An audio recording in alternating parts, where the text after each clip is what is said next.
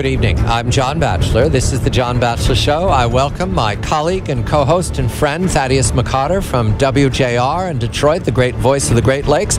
Thaddeus, a very good wintry evening to you. It's been snowy and cold here on the East Coast. How is it in the Great Lakes? Snowier and colder, John. That is how you grew up. I'm not used to this. I think I'm discovering that Florida has the attraction of not only lots of seniors, but also warmer weather. However, we turn to Washington, Thaddeus, because we had yet another decision by the Obama administration today to change the health care law, the Affordable Care Act. It's too impossible to summarize. We'll speak of it during the program. Does it surprise you, having been there for the fight of 2010, that the Obama administration, having campaigned to sustain and protect the Affordable Care Act, keeps tearing it apart? I get this picture of Frankenstein with his nose and ears falling off as he's trying to growl at me. Well, I think that's a rather odd visual that you have, John, and you might want to seek help for that. But in the final analysis, what you're seeing out of administration is their signature piece of legislation is not working. They don't know how to make it work, so they're going to continue to use extra constitutional means to try to push it off. We begin with the jobs report from Friday tonight, Thaddeus, and we're joined by Aaron Task, a longtime friend of mine who is now the editor-in-chief of Yahoo Finance, as well as the host of the Daily Ticker each day. Aaron, a very good evening to you, and Thaddeus and I are keen on the market's interpretation of the weak jobs growth number we had just last Friday. 113,000, I believe, was the top-line number, but that was woefully short of the Bloomberg News economist's average of 180,000. The second month in a row, no longer did I hear weather report. I just heard weak. But the market didn't panic. Is that correct, Aaron? Good evening to you. Good evening, John and Congressman. That is correct. And it was also, that number on Friday was short of the Yahoo Finance consensus as well.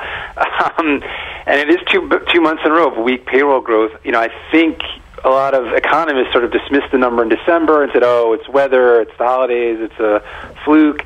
You have that another weak number for January, and now they're saying, well, maybe the economy was just a little bit softer than we thought it was at the end of 2013.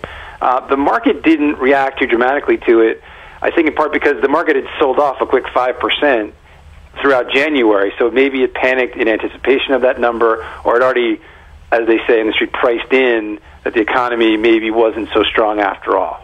Thaddeus? Aaron, what are some of the reasons the business community, the investment community is putting forward for the weak economy?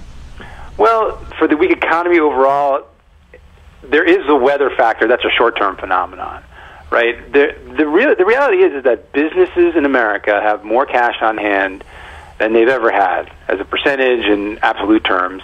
But they are being very marginally about spending it in terms of investing in their business and certainly in hiring. And the huge macro story is that there's competition all over the world for labor and for productive capacity for plants and equipment. And so you have a lot of deflationary forces around the world. And so there's no great incentive for a company to go out and spend a lot of money or invest a lot of money, because there's already an oversupply of labor and an oversupply of the ability to make stuff, more than what the global economy is currently able to consume. The Fed has a new boss, Chairwoman Janet Yellen. She was presented to us as a continuation of the same as before, Mr. Bernanke, dovishness, low interest rates. Is there anything in the market, any buzz, Aaron, that she's going to change the course of the Fed these last years? Well, the thinking is, the conventional thinking is that she is just going to extend what Ben Bernanke has done, maybe tweak it around the edges. I do wonder if some of the selling we saw in January was at least in part due to the unknown factor that, the market had become very comfortable with Ben Bernanke, who was very good for Wall Street. And maybe there's part of them that, worries just a little bit that maybe Janet Yellen won't be so friendly. We'll see over time if that's true or not, and maybe that's just coincidental that we have a new Fed chair coming in when we have that sell-off, very quick 5% sell-off in the market. Janet Yellen is seen as a dove, meaning she's going to err on the side of more Fed action versus less. and she's been very specific, saying that the employment situation is her main concern, and that inflation, as far as she measures it, is not a problem at all, and that we have the opposite problem. We don't have enough inflation, which is a very odd thing for anybody at the Fed to ever say. Thaddeus? Well, it sounds like a recipe for stagflation.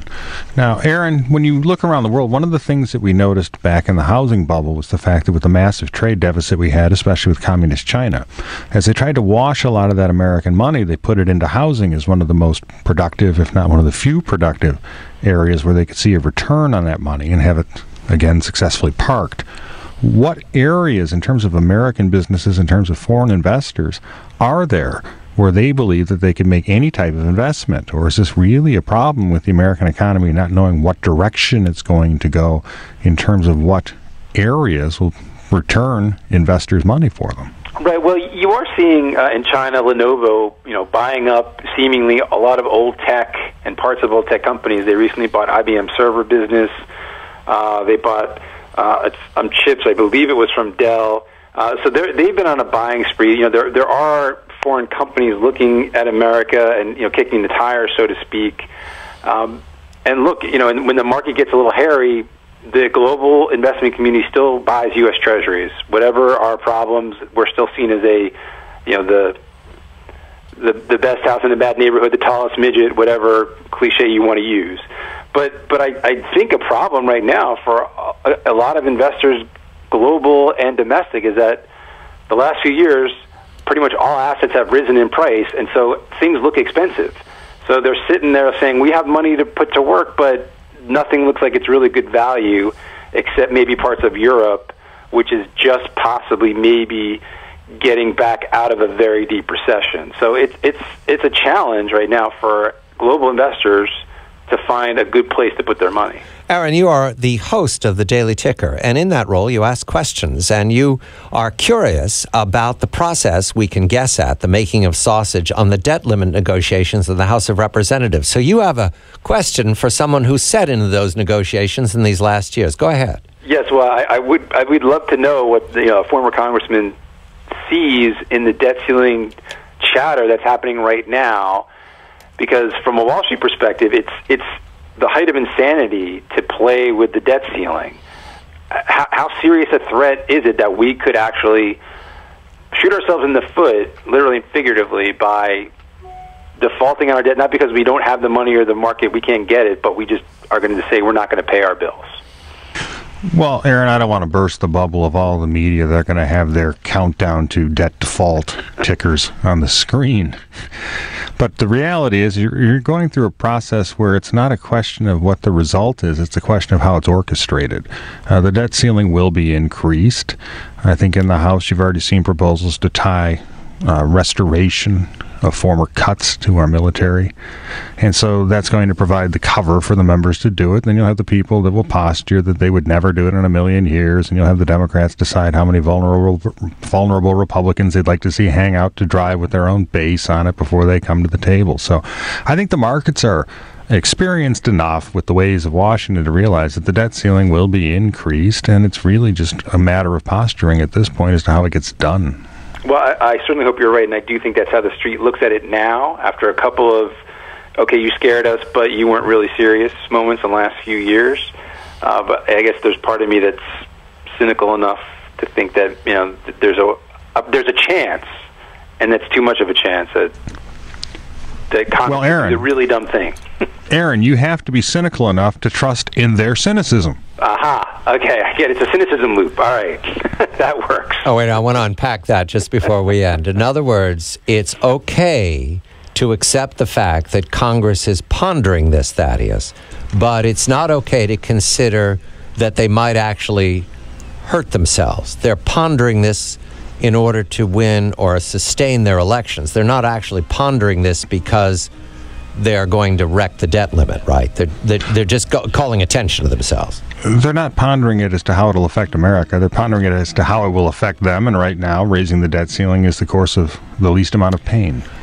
Thaddeus McCotter is my colleague and co-host and a recovering politician in his own words. Aaron Task is the editor-in-chief of Yahoo Finance, as well as the host of Daily Ticker. I'm John Batchelor. This is The John Batchelor Show.